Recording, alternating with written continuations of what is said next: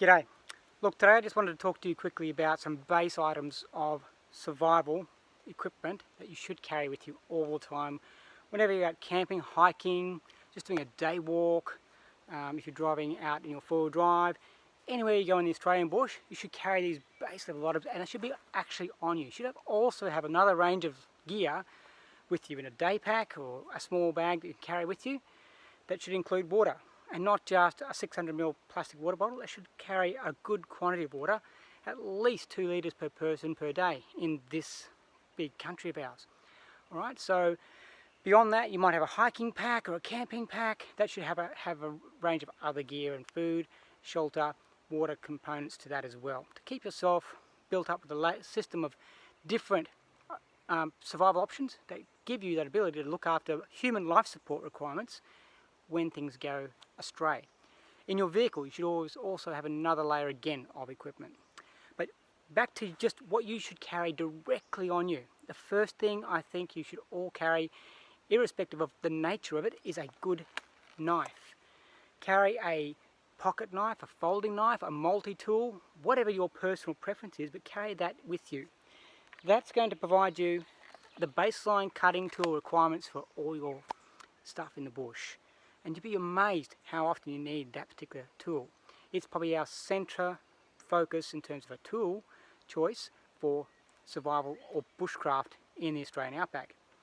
The other things I recommend all people carry are simple, and you should carry them, as I said, directly on your body. This one is a mirror,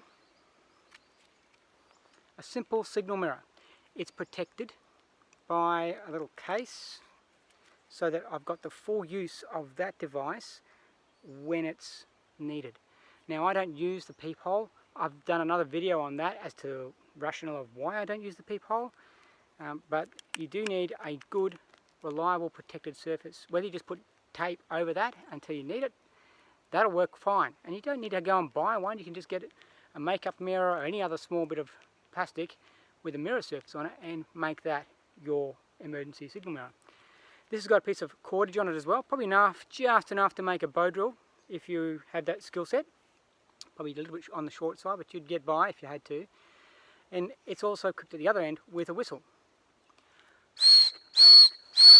So if I fall over, break a leg, and that can happen to anyone, no one's immune from that type of thing, get bitten by a snake, somehow get separated from your group while you're having a rest stop or something, at least you can relocate yourself to them and them to you by blowing simple blasts in a pattern of 3 to get people's attention that you require assistance.